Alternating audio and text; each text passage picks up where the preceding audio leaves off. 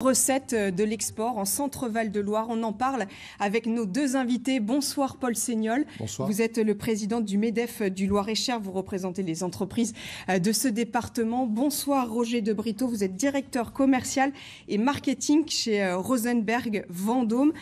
C'est important pour une entreprise d'exporter. Vous allez en être le témoin ce soir. Est-ce que vous pouvez nous parler d'abord de l'activité de Rosenberg Vendôme ? Alors, Rosenberg Vendôme est un fabricant de ventilateurs et moteurs pour les applications industrielles. Nous sommes dans la région depuis 1976 et nous sommes à l'export depuis le début des années 80.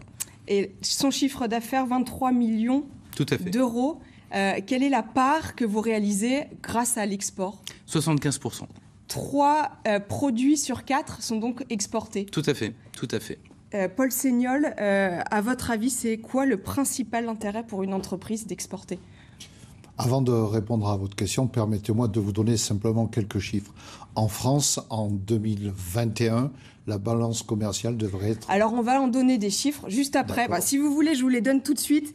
En Centre-Val de Loire, 4000 PME exportent à l'international. C'est seulement 5% des petites et des moyennes entreprises régionales. Le Loiret est le département qui exporte le plus chez nous, 8 milliards 200 000 euros et réalise ainsi la moitié des échanges sur notre territoire. Globalement, c'est un problème. Vous allez nous en parler. Notre balance commerciale est négative. Cela signifie que nous importons plus que nous exportons avec 1 milliard 400 millions d'euros de déficit. Plus d'1 milliard 400 millions d'euros de déficit. Tous ces chiffres, toutes nos sources, vous pouvez les retrouver en scannant le QR code qui apparaît juste en bas de votre écran. Il vous mènera jusqu'à notre page Facebook. À votre avis, en Centre-Val de Loire, la balance commerciale qui est donc négative, Paul Seignol. C'est un problème.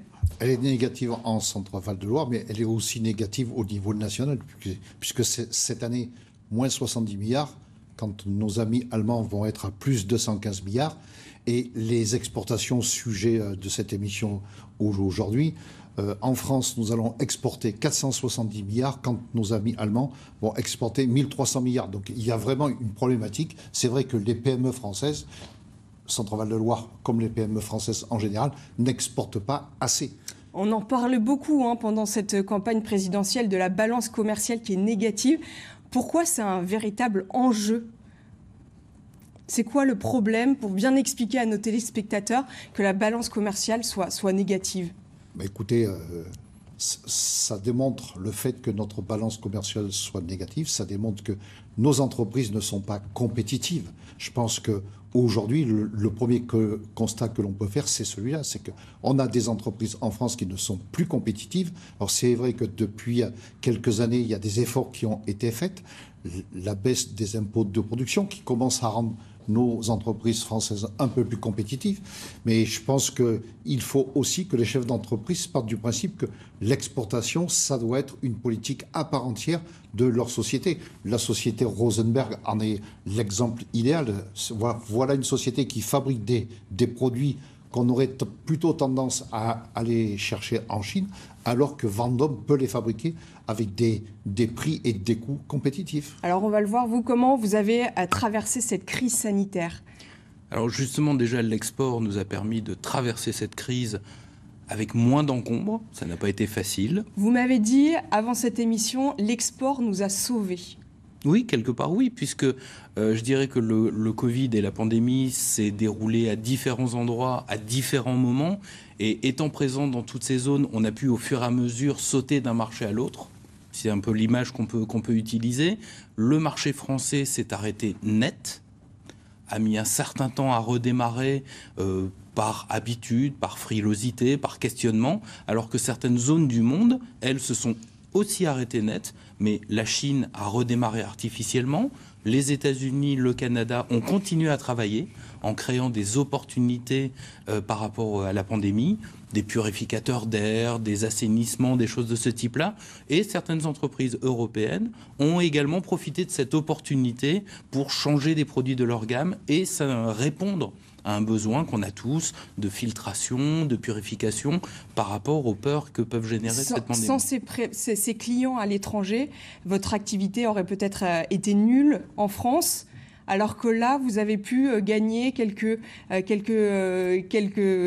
bénéfices ailleurs dans le monde. Mais je dirais que quand, juste après l'annonce du confinement qui s'est réalisé également dans d'autres pays, vous tirez le rideau pendant 6 à 8 semaines, nous avons continué à travailler justement pour en profiter, pour rattraper certains retards, d'autres pays le demandaient. Et quelque part, il n'y a rien de pire que d'arrêter un outil de production. Donc nous avons continué, on a essayé de s'adapter, ce qui n'est pas forcément facile. Ça nous a redonné aussi un coup de peps. Et heureusement, arrivé le printemps, les choses ont commencé à repartir et il y a eu un certain rattrapage qui s'est fait. Donc si nous n'avions été que français, on aurait travaillé 9 mois sur 12. Paul Seignol, c'est ça l'intérêt pour les entreprises, c'est ça qu'il faut leur dire. C'est pas un seul client, c'est plus de clients.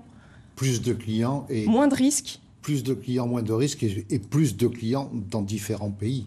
Et la raison pour laquelle, au niveau du MEDEF du Loir-et-Cher, on a pris la décision de créer un club qui s'appelle le club Stratection. Donc au niveau de la région centre, aujourd'hui, depuis le 18 février 2021, vous avez 7 entreprises, 4 entreprises du Loir-et-Cher, 2 entreprises du 36 et une entreprise de l'Eure-et-Loire qui se réunissent, dont la société Rosenberg ici présente, qui se réunissent pour échanger sur les problématiques. Alors c'est vrai que la société Rosenberg est la société qui est le plus avancée, mais à travers ses compétences, elle apprend aux 6 autres comment il faut se mettre en démarche. On va en parler exporter. Juste après ce sujet. Il y a un secteur, c'est un cas assez particulier, qui est pénalisé par l'exportation de masse. Dans notre région, 2 chaînes sur 3 partent vers l'Asie. Nous pourrions donc manquer de bois. En juin dernier, une scierie artisanale a tiré la sonnette d'alarme. Regardez ce reportage de Coralie Pierre et de Philippe Roy. Pour ces arbres tout juste coupés, le chemin sera long. Direction l'Asie. 500 tonnes de bois sont chargées sur ces camions depuis une parcelle privée, au détriment de la filière française et locale. Ce qui me chagrine, c'est de voir notre savoir-faire qui va partir à l'étranger comme ça, toute cette matière première qui ne sera pas transformée dans nos unités. Je suis très en colère. 2 chaînes françaises sur 3 partent désormais vers l'Asie. Ces 2 dernières années, les prix ont doublé, voire triplé sur certaines qualités. D'ici à quelques mois, les premières scieries vont commencer à disparaître par manque de matière. Les premières scieries, mais aussi nos clients, charpentiers, menuisiers, artisans, qui vont se retrouver en rupture d'approvisionnement, plus de bois, plus de matière. Les chantiers vont s'arrêter et le consommateur final ne pourra plus du tout avoir de bois pour ses projets. La profession réclame un encadrement de l'exportation des bois français. Soit faire des quotas, soit taxer à l'exportation les matières premières, voire même dans un premier temps, vu la situation actuelle, faire un embargo complet, c'est-à-dire interdire purement et simplement les exportations. La filière représente 450 000 emplois en France, dont plus de 2000 entreprises en Centre-Val de Loire. Des emplois aujourd'hui menacés par les volumes de bois qui partent en Asie. Paul Seignol, à votre avis, est-ce qu'il faut encadrer l'exportation de bois en Centre-Val de Loire ? Alors, est-ce qu'il faut l'encadrer ? Je ne sais pas, mais ce qui est sûr, c'est ce que je vous disais tout à l'heure, c'est que dans la région Centre-Val de Loire, vous avez le 3e scieur de chêne français, la scierie Godela, qui a 2 sites de production, un site à Chailles et un site à Neuvy à côté de Bracieux. C'est une société qui exportait énormément, notamment sur l'Espagne. Avec la crise du bâtiment et la crise financière qu'ont connue les Espagnols, son chiffre d'affaires à l'export a été divisé par 2 ou par 3. Le fait d'intégrer Stratection, le chef d'entreprise, Pascal Godela, a pris la décision de redynamiser cette activité-là. Et je pense que voilà, il devrait y arriver sans trop de problèmes. Roger de Brito, l'entreprise dans laquelle vous travaillez, fait partie donc de ce club. Qu'est-ce qu'il vous apporte ? Alors je dirais que d'une part, ça nous permet de partager des expériences.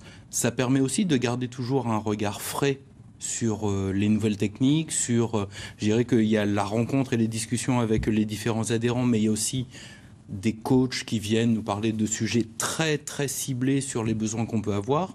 Et je dirais que les entreprises françaises n'ont pas pour habitude de travailler ensemble, d'attaquer des marchés ensemble. Et justement, créer cette relation, cette habitude, se connaître tout simplement, et partager des expériences, ça nous permet d'aller de l'avant. Est-ce que ça vient compenser des aides que la région, par exemple, ne pourrait ne pas apporter ?